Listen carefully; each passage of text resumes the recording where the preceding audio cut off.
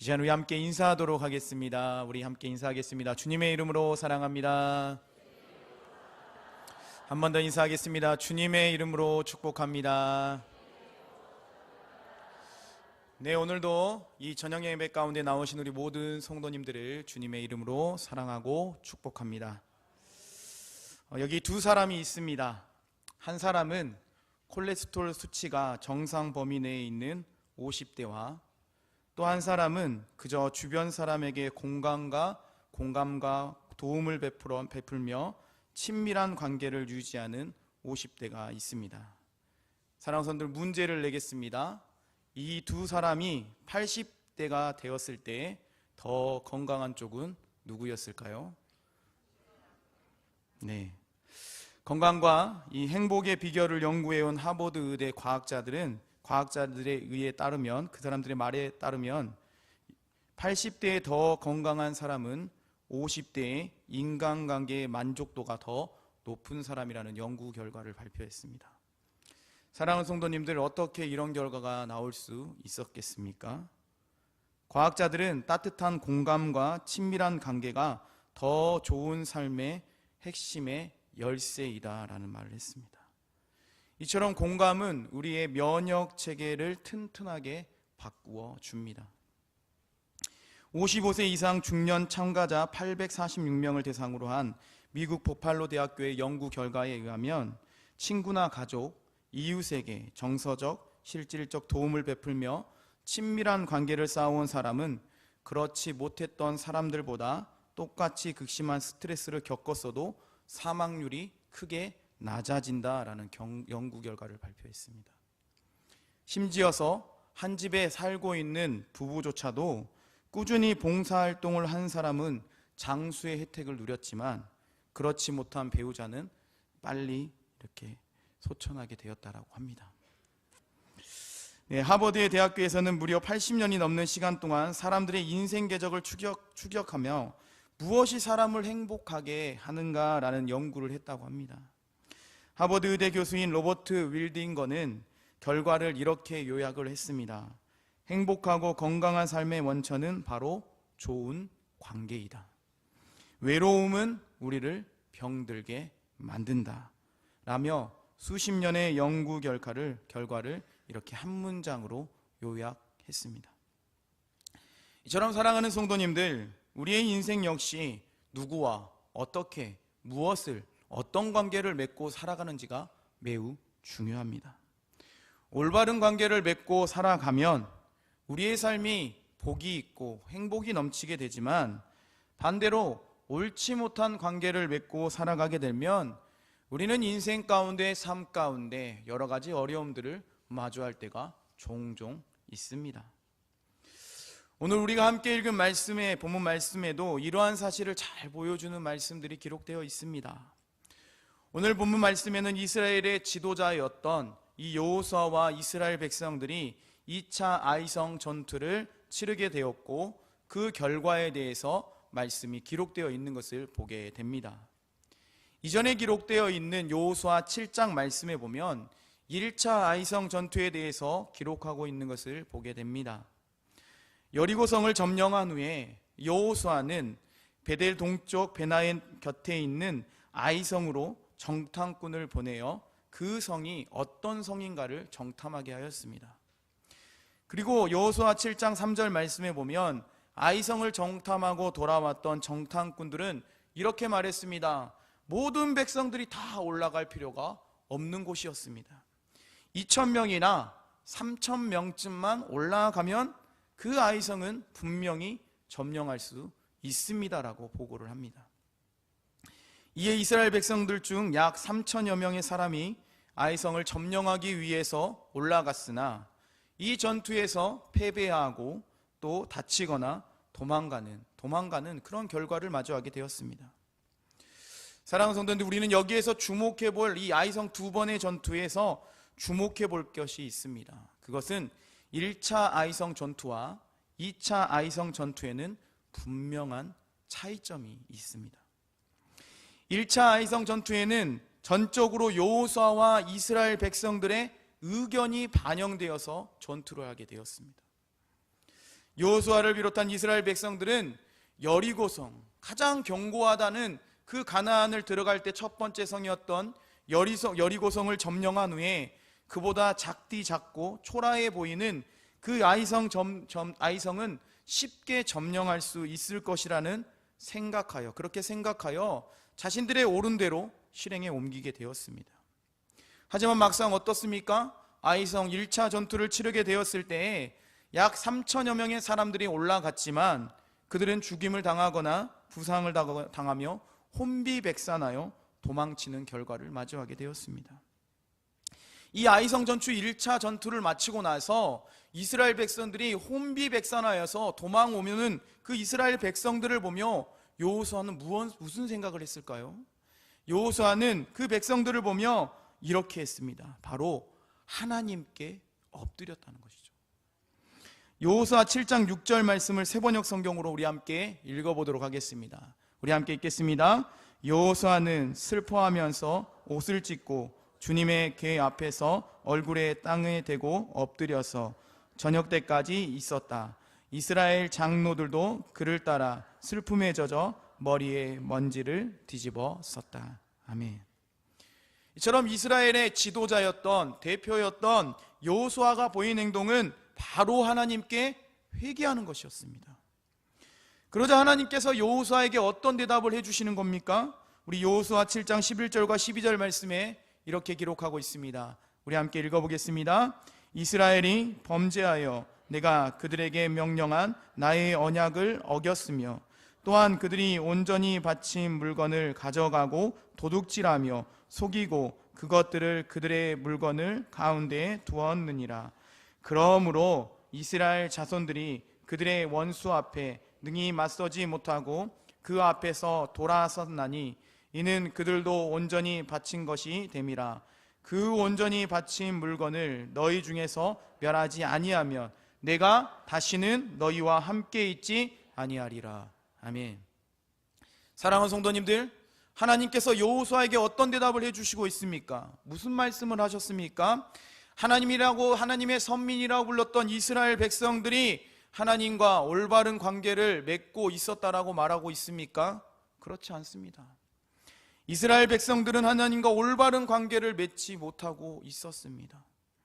이스라엘 백성들은 죄를 지었고 이로 인하여 여리고성에 비하면 초라하기 짝이 없는 아이성 전투에서 처절한 패배를 맛볼 수밖에 없었다라는 것을 말씀합니다. 이것을 통해 우리는 무엇을 알 수 있습니까? 그렇습니다.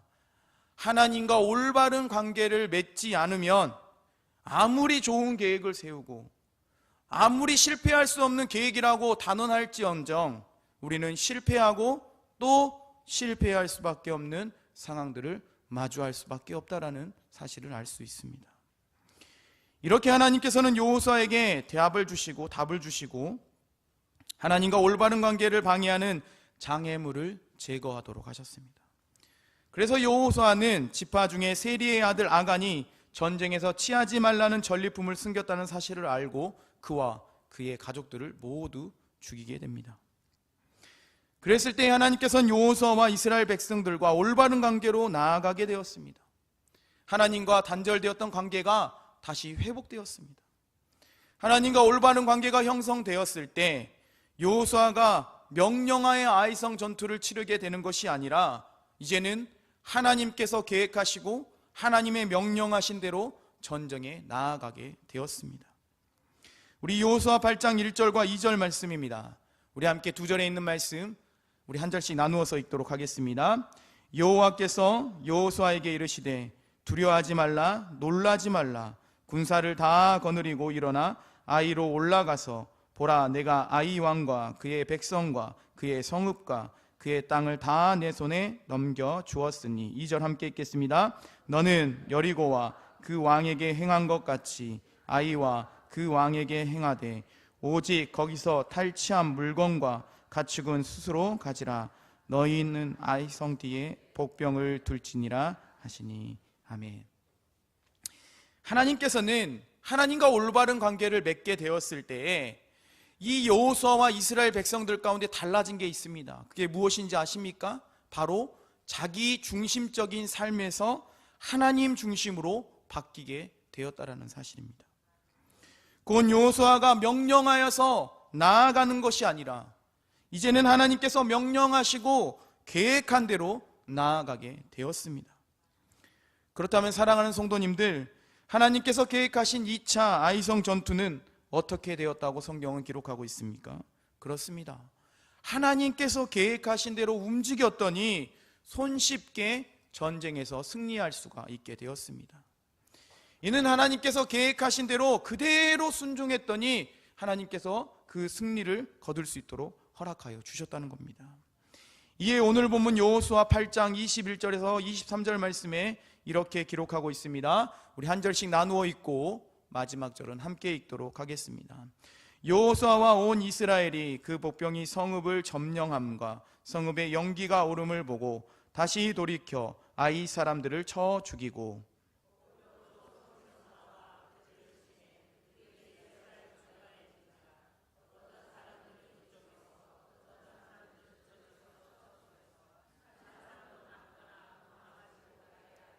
23절 말씀 함께 읽겠습니다. 아이 양을 사로잡아 여호수아 앞으로 끌어왔더라. 아멘. 하나님께서는 이 아이성의 두 번의 전쟁을 통해 하나님과 올바른 관계를 맺고 살아가는 것이 얼마나 중요한지를 보여주고 있습니다. 사람이 아닌, 사람과의 관계가 아니라 하나님과의 올바른 관계를 맺고 나아갈 때만이 전쟁에서 승리하는 길이라는 것을 보여주셨습니다. 이는 여호수아와 이스라엘 백성들이 이제 가나안 땅에 있는 이 땅들을 점령하고 나아갈 때 매우 중요한 역할을 하게 되었습니다. 이처럼 오늘 예배 가운데 모이신 우리 성도님들께서도 하나님과 올바른 관계를 맺되 지속하기 위해서 내 중심적인 삶을 버리시고 내 삶 가운데 하나님이 중심이 되는 삶을 살아가는 모두가 되시기를 간절히 소망합니다. 그럴 때만이 우리의 삶이 형통하고 그럴 때만이 우리의 삶을 하나님께서 인도하여 주실 줄 믿습니다.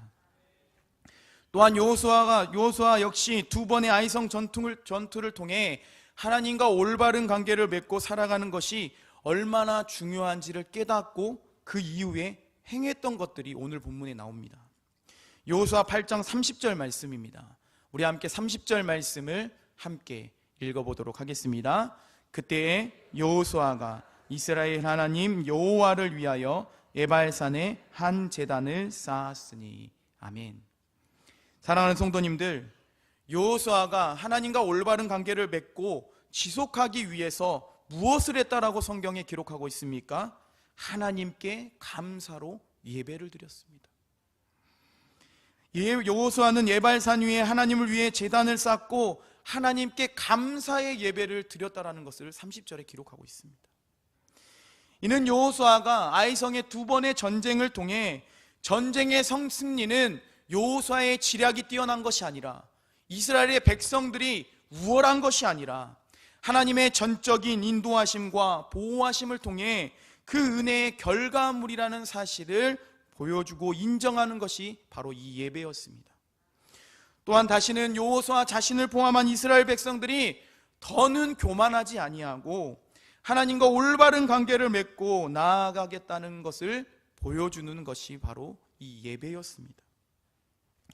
이처럼 하나님과 올바른 관계를 맺는 것도 중요하지만 지속성을 유지하기 위해서는 뭐가 중요합니까? 예배, 바로 예배가 중요합니다.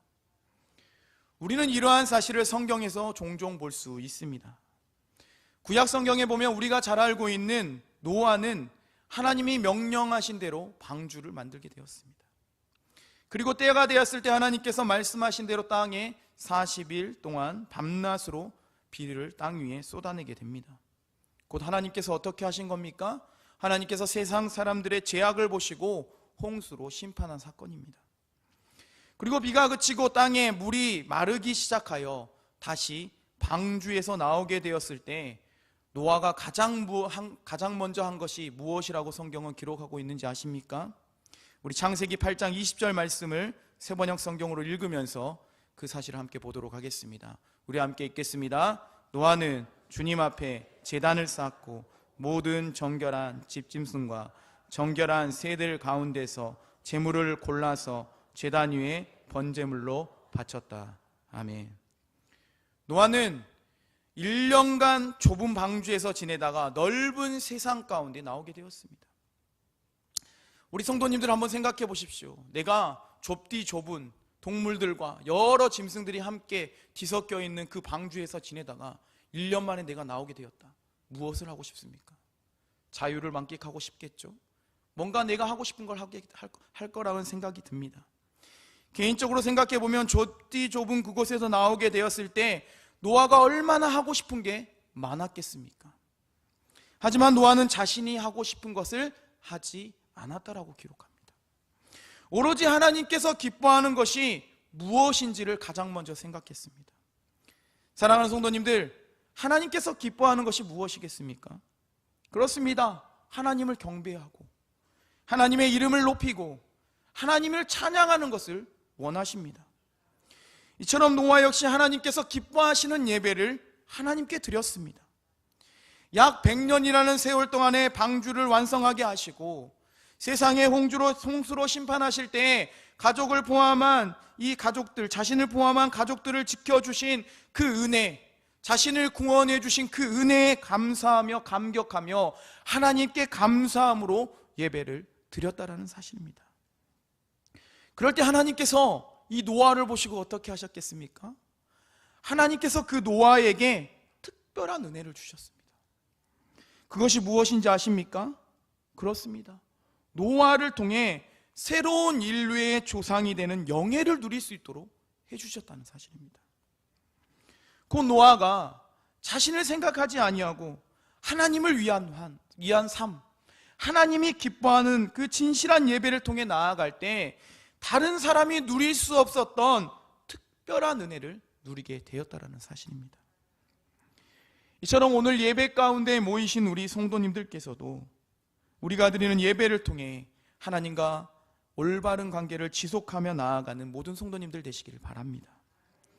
그럴 때 하나님께서 여기 모이신 우리 성도님들 가운데 특별한 은혜를 허락하여 주실 줄 믿습니다.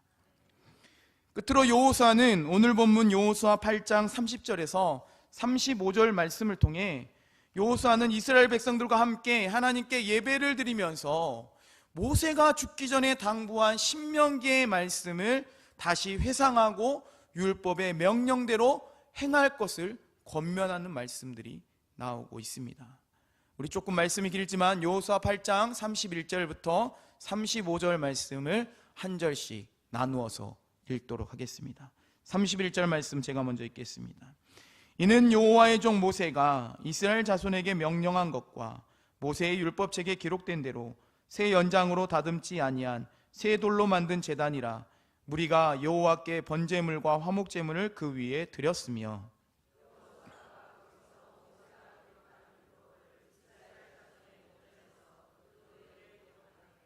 온 이스라엘과 그 장로들과 관리들과 제사장들과 본토인뿐 아니라 이방인까지 여호와의 언약궤를 맨 레위 사람 제사장들 앞에서 궤의 좌위에 서되 절반은 그리심산 앞에서 절반은 에발산 앞에 섰으니 이는 전에 여호와의 종 모세가 이스라엘 백성에게 축복하라고 명령한 대로 함이라.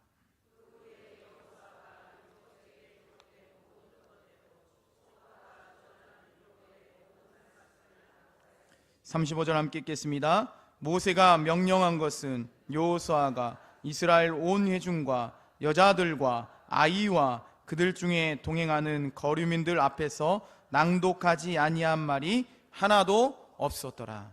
아멘. 이처럼 하나님과의 올바른 관계를 지속하기 위해서는 순종하며 살아가는 것이 매우 중요하다는 말씀을 보여주는 것이 바로 우리가 함께 읽은 말씀입니다. 여호수아는 이 말씀을 통해 하나님의 율법은 언제나 축복이 있고 저주의 양면성이 있다는 것을 보여주고 있습니다. 곧 하나님과 관계가 파기되었던 지난 날을 회상하면서 다시는 하나님과 관계가 파괴되지 않고 온전하게 지키며 나아가야 한다는 사실을 선포합니다.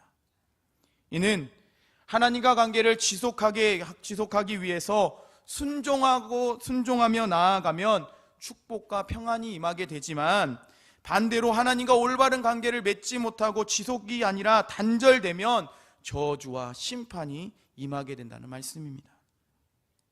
그래서 여호수아는 오늘 본문 말씀을 통해 하나님과 관계를 지속하기 위해서 세 가지를 실천했던 것을 우리는 함께 보았습니다. 첫 번째가 뭡니까? 자기 중심적인 삶을 내려놓는 일이었습니다.